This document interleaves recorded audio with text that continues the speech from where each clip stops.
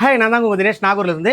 இன்றைக்கி என்ன பார்க்க போகிறோன்னு பார்த்தீங்கன்னா, கமர்ஷியலாக ஒரு பிரெட் அல்வா எப்படி செய்கிறதுங்கிறத ட்ரைனிங் வந்து உங்களுக்கு எடுக்க போகிறேன். அப்படியே அந்த ஷார்ட்ஸை உங்களுக்கும் அப்லோட் பண்ணுறேன். நீங்களும் பார்த்து ட்ரை பண்ணுங்கள். எல்லாமே நான் கிராம் வச்சு தான் காட்ட போகிறேன். அதனால் என்ன ஈஸியாக டேஸ்டியாக நம்ம வீட்டுக்கு செஞ்சதை செஞ்சிட முடியும். நான் ஒரு 1/2 கிலோ காட்டுறேன், நீங்கள் அதை 100 கிராம குறைச்சி கூட ட்ரை பண்ணி பாருங்கள். நார்மலாக கடையில் கிடைக்கக்கூடிய ஸ்வீட் பிரெட் தான்.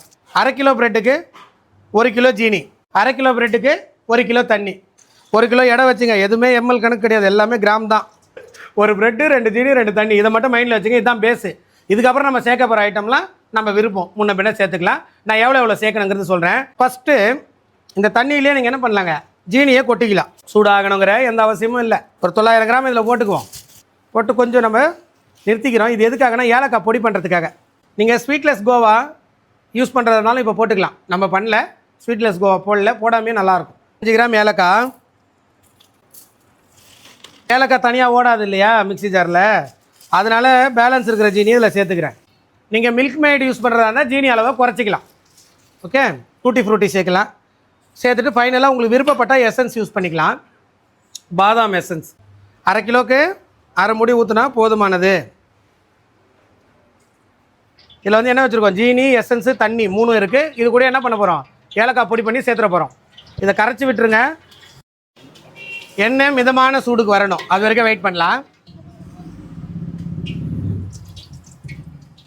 இந்த எண்ணெய்க்கு எவ்வளோ போட முடியுமோ அது மட்டும் போடுங்க. எல்லாத்தையும் ஒரே நேரத்தில் போடணும்னு நினைக்காதீங்க. பிரெட் அல்வாவில் கொஞ்சம் கஷ்டமான வேலை என்னென்னா இந்த பிரெட்டை பொரிக்கிறது தான். இது நல்லா கோல்டன் ப்ரௌனில் வரணும், தீஞ்சிடக்கூடாது, வெள்ளையாக இருக்கக்கூடாது. வெள்ளையாக இருந்தால் பிரெட் அல்வா கலர் வராது. அதனால் அதை மைண்டில் வச்சுக்கிறேங்க. பாருங்க, கலர் சேஞ்ச் ஆகிடுச்சு, தெரியுதா? இந்த மாதிரி சேஞ்ச் ஆனவுடனே பிரெட்டை எடுத்துட வேண்டியது. இந்த மாதிரி ஒரு வடிகட்டியில் போட்டு வைங்க. ஒரு 2 நிமிஷத்தில் அதில் இருக்கிற எல்லா எண்ணெயும் படிஞ்சிடும். இப்போ ஜீனி கரைஞ்சிருச்சு.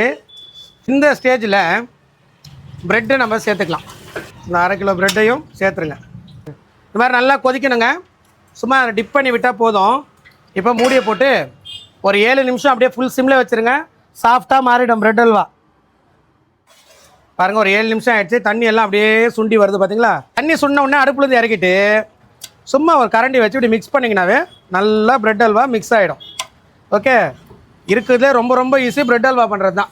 பிடிக்காத ஒரு இப்போ அமுல் கீ யூஸ் பண்ணுறோம். நீங்கள் எந்த கீ வேணால் யூஸ் பண்ணிங்க. 1/2 கிலோவுக்கு 50 கிராம், ஒரு 50 கிராம் முந்திரி, வெள்ளரி விதை ஒரு 20 கிராம், மில்க் மேடு ஒரு 100.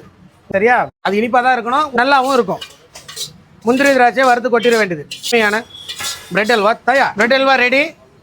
தேங்க்யூங்க. தேங்க்யூ ஸோ மச் ஃபார் வாட்சிங். நெக்ஸ்ட் வீடியோவில் பார்க்கலாம். பாய்.